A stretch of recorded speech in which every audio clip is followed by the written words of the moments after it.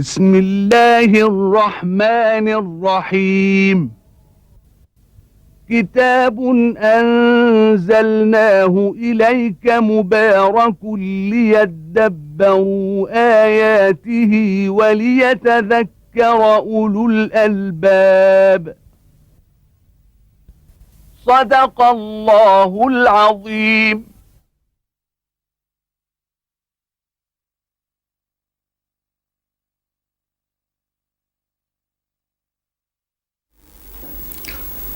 الحمد لله رب العالمين، وأصلي وأسلم على عبد الله ورسول الأمين سيدنا ونبينا محمد وعلى آله وأصحابه ومن اهتدى بهداه وعمل بسنته إلى يوم الدين. يقول جل وعلا: وهو الذي مد الأرض وجعل فيها رواسي وأنهارا ومن كل الثمرات جعل فيها زوجين اثنين يغشي الليل النهار إن في ذلك لآيات لقوم يتفكرون. وفي الأرض قطع متجاورات وجنات من أعناب وزرع ونخيل صنوان وغير صنوان يسقى بماء واحد ونفضل بعضها على بعض في الأكل إن في ذلك لآيات لقوم يعقلون. هذه الآيات من سورة الرعد، وهي في سياق تعريف الرب سبحانه وتعالى عباده بنفسه سبحانه وتعالى ليتخذوا الطريق إليه جل وعلا ويحذروا من عقوبته ويرجوا رحمته جل وعلا. فيصف نفسه سبحانه وتعالى، قال: وهو الذي مد الأرض، مدها بسطها ويعني أطال فيها سبحانه وتعالى، فالأرض ممدودة مبسوطة. وجعل فيها رواسي، جعل في هذه الأرض رواسي وهي الجبال، جعل الجبال لترسو هذه الأرض، وأخبر سبحانه وتعالى أنه جعل ذلك حتى لا تميد بنا، بمعنى أنها تميد يعني أنها تميل وتنجرف وتنزلق. وهذا يدل على أن الأرض ليست ثابتة، وإنما هي يعني معلقة. وبالفعل علم الناس بعد ذلك وبالنظر أن هذه الأرض إنما هي مرفوعة كوكب صغير يدور حول هذه الشمس، وثباتها يعني تسير في مدارها ثابتة. فالله تبارك وتعالى ثبتها بهذه الجبال الذي وضعها في هذه الأماكن، فأصبحت يعني الثقل الذي يوازن حركتها ويجعلها ثابتة في مسارها وفي مدارها. قد علمنا بأن الأرض الآن لها حركتين: حركة تدور فيها حول محورها نفسها، وفي نفس الوقت حركة أخرى تدور بها حول الشمس في مدار إهليجي يدور حول الشمس. مرة ينهي هذه الدورة الكاملة مرة في العام اللي هي العام الشمسي، وأما المرة التي تدور بها حول محورها فإنها تدور دورة كاملة حول المحور في 24 ساعة، اليوم والليلة. فالله تبارك وتعالى جعل هذه الجبال أوتاد أرسل الله تبارك وتعالى به يعني هذه الأرض أمنا التي نعيش عليها لتستقر في دورتها هذه حول نفسها وحول الشمس. وهو الذي مد الأرض وجعل فيها رواسي وأنهار. جعل في الأرض أنهار، وهي كذلك أنهار متعددة من الشمال إلى الجنوب، ومن الجنوب إلى الشمال، ومن الشرق إلى الغرب، ومن الغرب إلى الشرق، ومن قمم الجبال إلى السهول والسفوح، ومن أماكن المطر الدائم إلى أماكن أخرى. والأنهار شريان الحياة، هذا شريان حياة البشر، عليها زراعتهم وزراعتهم يعيشون عليها وحيوانهم يعيشون عليها.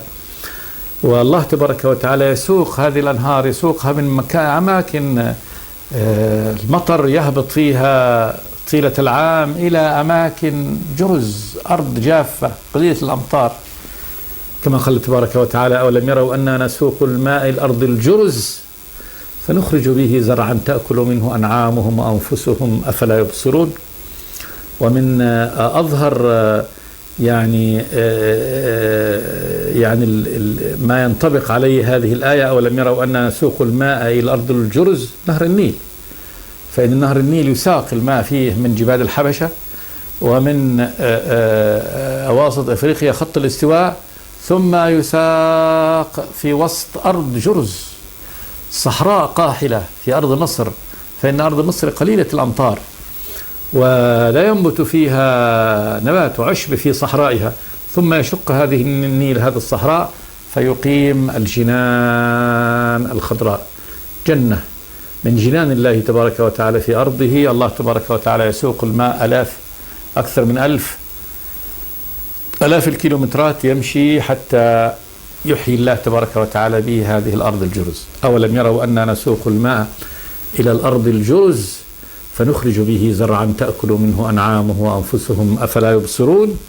ألا يبصرون؟ انظرون قدرة الرب تبارك وتعالى، انظر كيف يسوق الماء من هنا من جبال الحبشة ومن بحيرة فيكتوريا في وسط إفريقيا تجري ليد. من الذي ساق هذا ورتب هذا؟ إنه الله سبحانه وتعالى.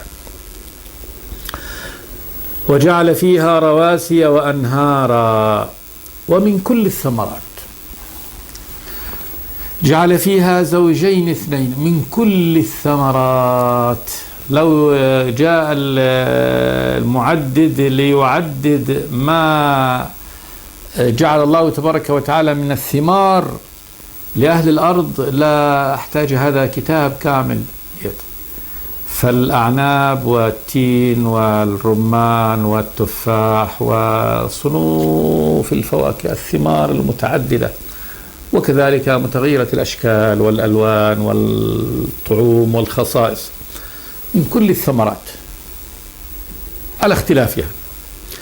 جعل فيها زوجين اثنين، جعل من هذه الثمرات ومن هذه الأشجار زوجين اثنين. قيل زوجين اثنين يعني ذكر وأنثى، فهناك الفحل في النخل وهناك النخلة الأنثى.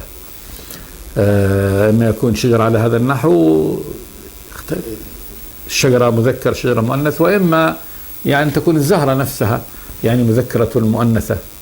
وكذلك زوجين اثنين من يعني من كل الأنواع، ليست هناك شجرة فردة فقط، وإنما أنواع متعددة. فالبرتقال أزواج والنخل أنواع وأزواج. فالله تبارك وتعالى جعل من كل هذه الثمرات قال زوجين اثنين ذكر وأنثى. وهذا كذلك لينظر الناس ويعلم أن هنا خالق، فإن هذا الخلق مختلف وليكون في النهاية متوافق. هذا من أدلة على أن هناك اختيار، وأن هناك وراء هذا الاختيار خالق، هو الذي خلق هذا وهو الذي دبر هذا سبحانه وتعالى. وكذلك دليل على أن هذا الخالق لا يكون إلا واحدا فردا سبحانه وتعالى. فهو الذي خلق الأزواج كلها وجعل لكم من الفلك والأنعام ما تركبون، ومن كل شيء خلقنا زوجين لعلكم تذكرون. والله هو وحده سبحانه وتعالى الفرد الأحد الصمد الذي لا ند له ولا شبيه له ولا زوجة له ولا شريك له سبحانه وتعالى ولا صنو له.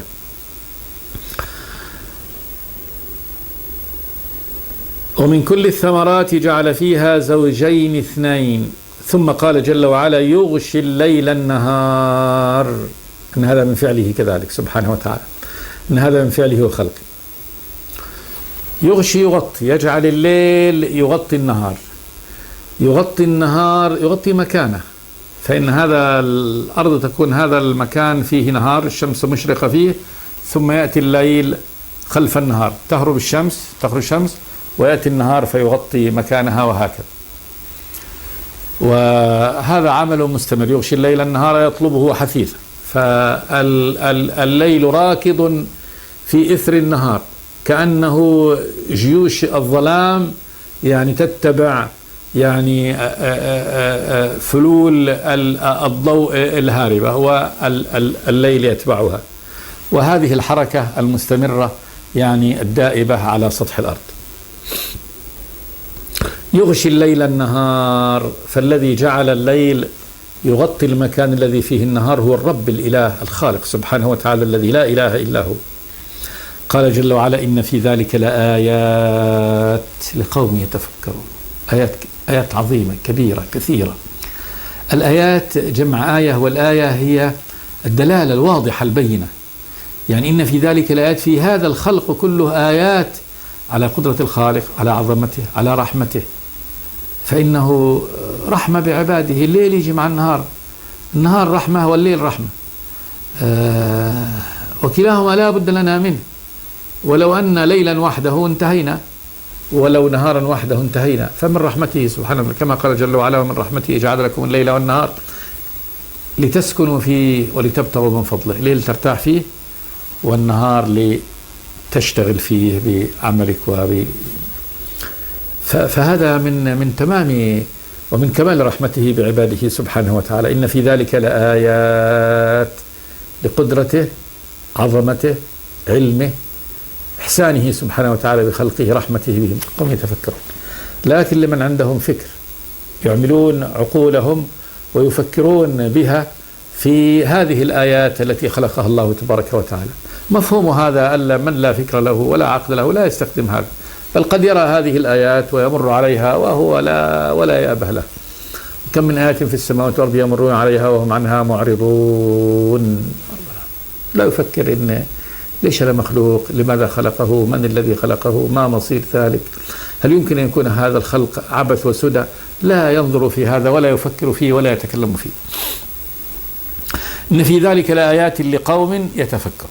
فهو محصور هذه الآيات كأنها لقوم يتفكرون فقط. إذا من لا يتفكر لا تصبح هذه الآية عنده آية، فيرى الشمس ويرى القمر ويرى هذا ويرى يعني الجبال رواسي ويرى الأنهار ولا يفكر في شيء من ذلك. كذلك من آيات الله تبارك وتعالى قال جل وعلا: وفي الأرض قطع متجاورات وجنات من أعناب وزرع ونخيل صنوان وغير صنوان يسقى بماء واحد ونفضل بعضها على بعض في الأكل إن في ذلك لآيات لقوم يعقلون. وفي الأرض قطع متجاورات، قطعة، ولكن هذه القطع مختلفة. تجد أرض نقية خصبة طيبة، وتجد أرض سبخة مالحة، وتجد أرض صلبة جباء، أرض حصباء.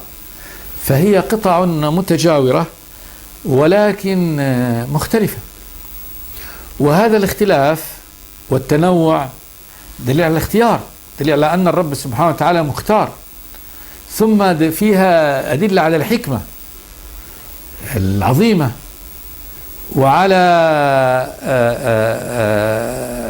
الابتلاء والاختبار. فإن الذي يوجد في أرض جيدة غير الذي يوجد في أرض غير جيدة، هذا يبتلى بهذا كما قال الله عز وجل: والبلد الطيب يخرج نباته بإذن ربه والذي خبث لا يخرج إلا نكدا. كذلك نصرف الآيات لقوم يشكرون. كذلك نصرف الآيات، ناس في أرض خصبة لعلهم أن يشكروا، وناس في أرض أخرى نكدة ما يخرج يعني زرعها إلا بنكد، فهذا لعل هذا يصبر، فهذا يبتلى بالصبر وهذا يبتلى ليشكر. والله يصرف يعني أحوال عباده على هذا النحو، كما يغني هذا ويفقر هذا، وهكذا من التصريف هذا والتنويع لتتنوع ألوان يعني ابتلاء الله تبارك وتعالى للعباد. في الأرض قطع متجاورات لكنها مختلفة. وجنات من أعناب، خلق الله تبارك وتعالى جنات من أعناب، جمع عنب مختلف. كذلك الأعناب، أعناب فيه ألوان وأشكال، عنب أبيض وعنب أسود وعنب بنفسجي وعنب حبه فيه وعنب ليس فيه بذره وعنب مستطيل وعنب مستدير، ألوان وأشكال يختلف يعني ألوانها وخصائصها وطعومها. وهذا أيضا دليل على الاختيار وعلى أن هناك رب مختار سبحانه وتعالى ينوع ويصرف في في خلقه هذا التصريف. وزرع مختلف، الزرع هذا ما يحصل، وهذا ألوان وأشكال. ونخيل صنوان وغير صنوان. نخيل صنوان، يكون الصنوان اللي هو يعني لهم أصل واحد، فتخرج النخلة ويخرج لها فسائلها وتكون منها، فهي منها أمها هذه برحية تطلع جنبها يعني فسيلتها تكون منها، هي كأمها تماما. وإذا ترك لتثمر هذه وتثمر هذه تجد نفس الثمرة، نفس ثمرة هذه هي ثمرة هذه. وغير صنوان، غير صنوان غير متشابه، أنواع مختلفة، فمئات بل ألوف الأنواع من النخيل، تمور مختلفة، يسقى بماء واحد، تكون في قطعة أرض واحدة وتسقى بماء واحد، ولكن الله تبارك وتعالى يخالف بين خصائصها. قال جل وعلا: ونفضل بعضها على بعض في الأكل، نجعل هذا النوع من التمر أفضل من هذا النوع، هذا بارد، هذا حار، هذا حلو كثير الحلاوة، هذا أقل حلاوة، هذا جاف صلب، وهذا لين. هذا الاختلاف على هذا النحو، والخالق واحد سبحانه وتعالى. وقد يكون المؤثرات واحدة، هذا نخل وهذا نخل، كله نوع واحد، وأرض واحدة، وماء واحد، ولكن الله تبارك وتعالى يخالف هذه النخلة التي جنب هذه النخلة، هذول ليسوا صنوان، فيختلف طعوم هذه عن طعوم هذه. يسقى بماء واحد ونفضل بعضها على بعض في الأكل إن في ذلك لآيات. إن في ذلك هذا المذكور كله لآيات، جمع آية، لكن لقوم يعقلون، لقوم عندهم عقل، يستخدمون عقولهم والتي أعطاهم الله تبارك وتعالى في التفكير في آيات الله هذه. فالذين يستخدمون هذا العقل وينظرون هذا النظر يجدون هذا خلق عظيم يدل على عظمة الخالق، عظمته، قدرته، علمه سبحانه وتعالى، كذلك رحمته بعباده. أكثر من الرحمة أنه يعني الإحسان، ويستطيع الله تبارك وتعالى أن يخلق العباد نوع واحد من الطعام لا يتغير ويأكلونه وانتهى الأمر، لكن أن ينوع لهم هكذا من الأمر اختلاف الثمرات على هذا النحو، واختلاف تمور بس نوع واحد لكنه مختلف هذا الاختلاف. الحدائق هذه المبهجة، الثمار المتغيرة، نوع من الإلطاف والإتحاف، ويعني كأن الله تبارك وتعالى يتحبب لعباده بهذا الخلق الذي يخلق لهم من هذه الزينة ومن هذا المتاع على هذا النحو. فمع خلقه يعني إحكامه خلق هذه الأرض بالإحكام الذي لا يمكن أن تتم حياتهم إلا به، كأن يكون هناك فيها أنهار، فيها رواسي، فيها الشمس في مكانها، القمر في مداره، هذه أمور لا بد لها أن تكون على هذا النحو لتتم الحياة. ثم بعد ذلك الإلطاف والإتحاف، ما يخلقهم ويعطيهم لون واحد من الطعام، لون واحد من كذا، خلاص هذا بس لمجرد أن يعيشوا على هذا النحو، لا، بل ينوع لهم من هذا الرزق الكثير، الأنواع المختلفة، كما قال جل وعلا: وآتاكم من كل ما سألتموه وإن تعدوا نعمة الله لا تحصوها، مما نعلمه ومما لا نعلمه. فهذا التنويع والتبديل والتغيير والإتحاف كله يعني أدلة كذلك على إحسان الرب سبحانه وتعالى. إن في ذلك لآيات لقوم يعقلون. ثم قال جل وعلا: وإن تعجب فعجب قولهم أئذا كنا ترابا أئنا لفي خلق جديد. وإن تعجب يعني من أمر يستحق العجب، فإن أعجب الأمر قول الكفار أئذا كنا ترابا أئنا لفي خلق جديد.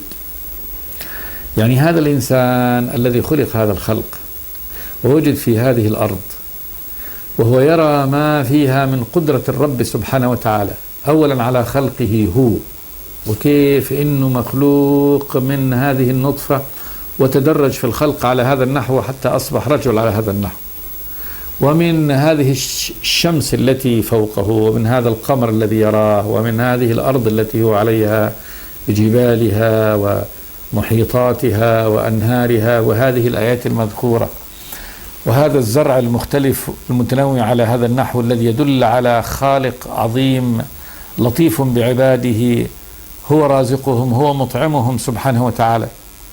هل من ينظر إلى هذا الخلق وينظر لنفسه يتعجب أن يعيده الله إلى الحياة مرة ثانية إذا مات؟ فهذا أمر عجب. هذا العجب هو أن يكون هذا الإنسان المخلوق في هذه الأرض بهذا، والذي ينظر إلى هذا الخلق على هذا النحو يحيل على الله تبارك وتعالى أن يعيده مرة ثانية. وإن تعجب فعجب قولهم أئذا كنا ترابا أئنا لفي خلق جديد. هذا قول في الحقيقة يثير أبعد العجب. إذ كيف يحيل الإنسان ويقول بأن الله لا يستطيع أن يعيده مرة ثانية، أو أنه يقول يستطيع أن يعيدنا ولكن لن يعيدنا، وأن هي فقط حياتنا الدنيا. لأنه إذا قال لن يعيدنا حتى وإن كان مؤمن بأن الله قادر على هذا فقد سب الله تبارك وتعالى وشتمه. كيف ما تعاد؟ تكون هذا الله خلق هذا الخلق على هذا النحو، هذا الخلق العظيم، خلق الإنسان على هذا النحو، ثم تركه سدى لا يأمره ولا ينهاه، ثم لا يكون للمحسن جزاء ولا للمسيء جزاء. يبقى محسن أطاع أمر الله تبارك وتعالى وعبده وسار في طريقه وآمن به، ثم يجعل الله تبارك وتعالى نهايته كنهاية من سبه وشتمه ونسب له الولد ونسب له ما نسب وعبد غيره وفجر وكفر ولم يطيعه. يجعل الله تبارك وتعالى نهاية هذا مثل نهاية هذا، يبقى هذا سب لله تبارك وتعالى. أفنجعل المسلمين كالمجرمين في النهاية؟ ما أحد لا يبعث أحد ولا يأخذ أحد جزاءه. ما لكم كيف تحكمون؟ كيف يكون حكم الله عز وجل هكذا؟ يسوي بين من آمن به ومن كفر به، من سبه وشتمه ومن عظمه وأطاعه، من اتبع طريقه ومن تنكب طريقه، يسوي بين اللص والمجرم والظالم وبين المظلوم. يصير هذا عديل، يصير كأن الذي خلق هذا الخلق يعني أراده أن يكون يعني فوضى وعبث وسدى، فهذا سب لله تبارك وتعالى. فالكافر يسب الله ويشتمه سبحانه وتعالى. فمن العجب قولهم هذا من أعجب العجب هو قول الكافر لا يعيدنا الله تبارك وتعالى، ليست هناك حكومة في الآخرة، ما في أحد يأخذ جزاء. والسب لله تبارك وتعالى، سواء اعتقد أن الله قادر على هذا الأمر، يقدر على هذا الفعل، أو أنكر القدرة كذلك، فيكون هذا جريمة على جريمة. وإن تعجب فعجب قولهم أئذا كنا ترابا أئنا لفي خلق جديد. قال جل وعلا أولئك الذين كفروا بربهم. هذا قول الكافر بربه، إما كافر بربه نسب له سبحانه وتعالى الظلم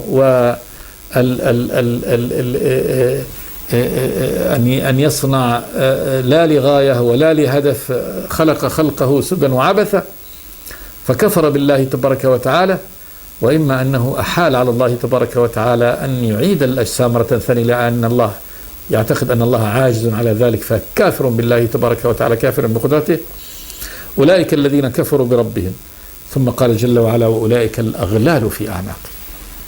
أولئك المجرمين، أولئك بالصورة البعيد الأغلال، الغل القيد كما غلها القيد، يعني القيود تكون في أعناقهم التي يسحبون منها إلى النار عياذا بالله. وأولئك الأغلال في أعناقهم. وأخبر الله تبارك وتعالى على أن هذا يعني خبر كأنه واقع، لأنه واقع، لأنه سيكون يوم القيامة، ولأنه وإن كان سيأتي في المستقبل لكنه كأنه لما كان أمر حتمي ولا بد أن يكون، فعبر الله تبارك وتعالى عنه كأنه قال وأولئك الأغلال في أعناقهم وأولئك أصحاب النار هم فيها خالدون. أولئك البعداء هؤلاء أصحاب النار، أصحابها خلص الله يملكهم إياه كأنه ملكهم إياه، أو أصحابها الصحبة الملازمة، يعني الملازمون للنار يعني ملازمة لا يخرجون منها عياذا بالله. أولئك أصحاب النار هم نفسهم دول فيها في النار خالدون باقون بقاء لا انقطاع لهم.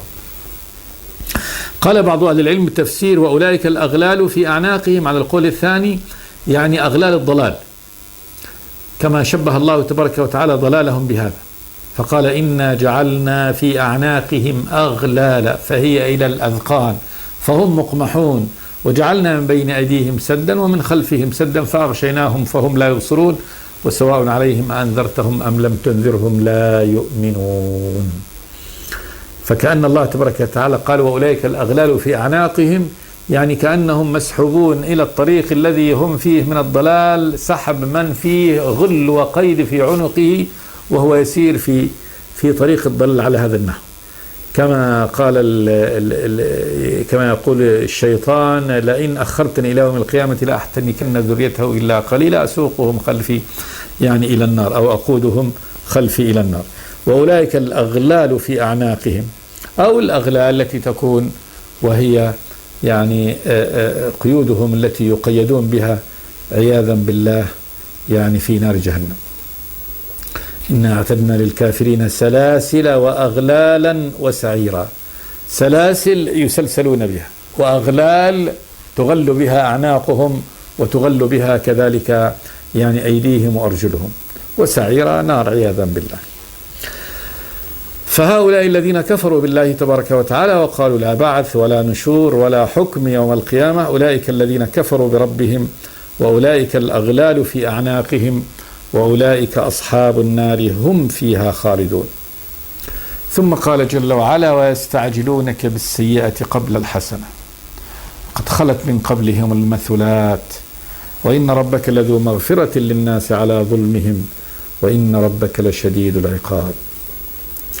ويستعجلونك بالسيئات قبل الحسنة، حال هؤلاء الكفار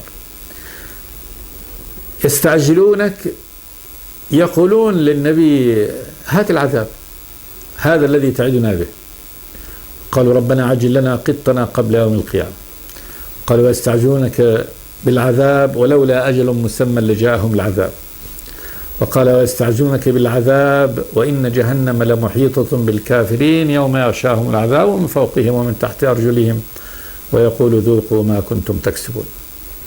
يستعجلونك يطلبون منك أن تأتيهم بهذا العذاب، لا أنهم يؤمنون بالعذاب ويقولون قدمه، ولكن يقولون هذا استهزاء، وذلك أنهم يكذبوا الرسول فيما يتهددهم ويتوعدهم به من العذاب، ويقولون إن كان صحيحا هذا الذي تتهددنا وتتوعدنا به فهاته. ويستعجلونك بالسيئة قبل الحسنة، قبل أن يعني المفروض يعني يطلبوا الحسنات، يطلبوا مغفرة الرب تبارك وتعالى، يرجعوا إليه يتوبوا إليه، فهذا هو المطلوب، أو يطلبوا الهداية. فبدل ما يقولوا يعني اللهم إن كان هذا هو الحق من عندك فأمطر علينا حجارة من السماء واتنا بعذاب أليم، كان المفروض أن يقول اللهم إن كان هذا هو الحق من عندك فاهدنا إليه ووفقنا إليه وارشدنا إليه، إذا كان هو الحق من عندك هذا نتبعه، لكن لا، يقولون إن كان هذا هو الحق من عندك فأمطر علينا حجارة من السماء أو ائتنا بعذاب أليم. ويستعجلونك بالسيئات قبل الحسنة، قال جل وعلا وقد خلت من قبلهم المثلات، العقوبات، المثلات جمع مثلة، وهي ما أنزله الله تبارك وتعالى من العقوبة في أعدائه. وإن ربك لذو مغفرة للناس على ظلمهم وإن ربك لشديد العقاب. سنرجع إن شاء الله لهذه الآية في الحلقة الآتية. قولوا قولي هذا وأستغفر الله لي ولكم من كل ذنب، صلى الله وسلم على عبده ورسوله محمد. بسم الله الرحمن الرحيم.